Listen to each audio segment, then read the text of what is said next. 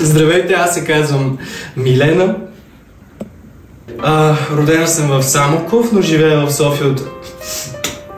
няма 12 години някъде, предполагам. На 30... Много хора ще го гледат това. Много. На 25 години съм. В обявата пишеше друго число. Каква обява? Вие сте тук заради сина ми. И какво? Ти нещо на мене? Какво правиш, бе? Правиш, бе? Абе!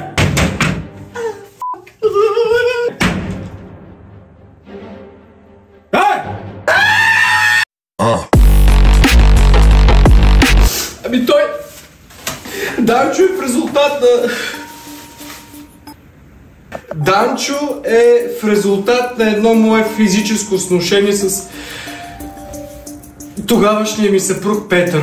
Аз тогава на времето работих в металургичния завод в Кремиковци. Аз чистих, работех като чистачка тогава и от време на време той идваше да гледа железа. Изключителен арабски тен, който той дори даже не работеше там. Той просто идваше там и... Какво правиш тук там, бе? И правихме там, какво правихме правихме там, какво правихме там, там, зад блока с съпруга ми. И в резултат на това излезе този... Абе, брате, можеш ли да ме уредиш с нещо? Как така говоря с полицията? Не бе, абе...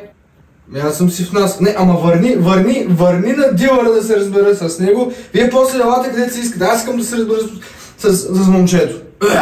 Просто не знам на кого се е метал. Няма нищо общо с баща си.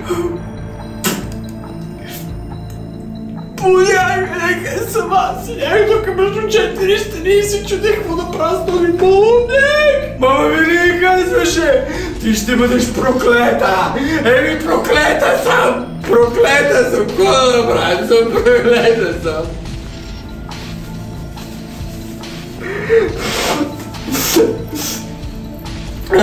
Той Данчо е много особена личност. А беше толкова такова културно момче. Обаче не ходеш да раздадеш с баща му, почне да хода по други мъже, да ги вода в нас, разбира се, което е напълно нормално. Аз имам нужда от компания, нали? Имам нужда от компания, като всяка една жена. Имам високи стандарти, най-малко. Може би причината идва от това, че когато го раждах с цезарово сечение, но оттам стана един проблем, защото той тръгва да излиза, обаче линия му крак не лъка. И той доктор Йорданов ни търпа, ама не излиза, вика. Милено ще трябва да кълца, вика. Обаче знаеш ли кое беше гадото, че той просто не искаше да излиза копелето. И го търпат и сега си представи, че от гаража ми излиза единия крак и другия крак от корема и да ни някакъв пергел. Той е такъв орангутан, че даже Ленчето от 7-ми етаж идва и ви казва: бе, Милено, ма какво си намери, какво си родила ти, ма? Викам: ох, Лено, извинявай, аз не само с коя бензиностанция го осиновихме. Вика: как не знаеш, бива ли такова нещо от ел таблото, цял бушон с една хапка да отхапи да изяде и защо го прави като цял, нали? Забравял съм да ключа котлона. И се стигна до този момент, в който той си намери приятелка. Аз толкова много се зарадвах. Той е много добър с думите, той прилича на баща си, все пак аз съм му, нали казва, бъди мил с... Аз забравих дори как се казваше. Мурмурки, надей, не знам, нещо. Маро! Искаш ли да дойдеш нас за теб, б***? Знам, че съм романтичен, знам. Сега не ми говори сам. Между другото, той е много... Не знам как е намерил. Нямам си на идея. Благодарение на нея той почна да медитира. Всяка сутрин става рано в 6, почва да крещи някаква мантра, да го чуе целия квартал. Мазна! Почна да тренира. Нали, спортна натура се оказва, че нямам проблем. Нека. О, вие снимате? Да движи цялото, сърцето и ако може от време на време и мозъка. Снимай това.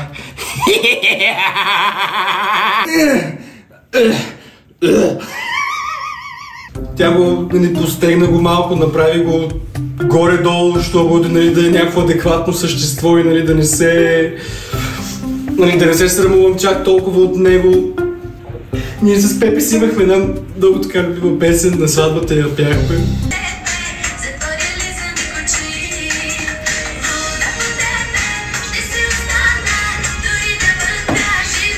Тогава на времето беше много модерно. На времето всички служихме с жигулитата, с БМВ-тата, щегахме напред-назад, престрелки се случваха, много приятно беше времето. В понимите колко царевица съм чупила, нямаш си да идея. Майка, Кажи бе, броте. има ли нещо за ядене?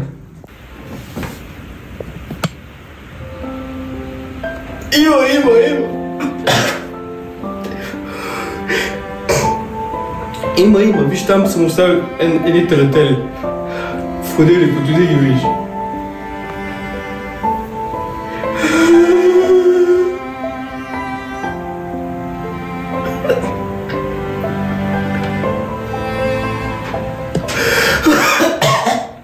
Причината, поради която ви извиках, е следната.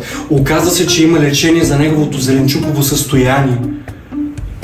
Просто клиниката, която може да извърши такова лечение, не се намира в България, се намира в Бора Бора. Но понеже имам липса на бюджет и средства, така те още ви помолиха екипа и телевизията ви да дойде на гости у нас, да видите с какъв син се занимава. Български народ да финансира и да спонсорира лечението на моя любим син Данчо. Спасете Данчо, трябва да замине за Бора Бора, както и майка му. Да, имам нужда от Бора Бора. Един ден, един прекрасен ден, ще има кукичета и за мен. Животът е прекрасен. Аз съм по-прекрасен.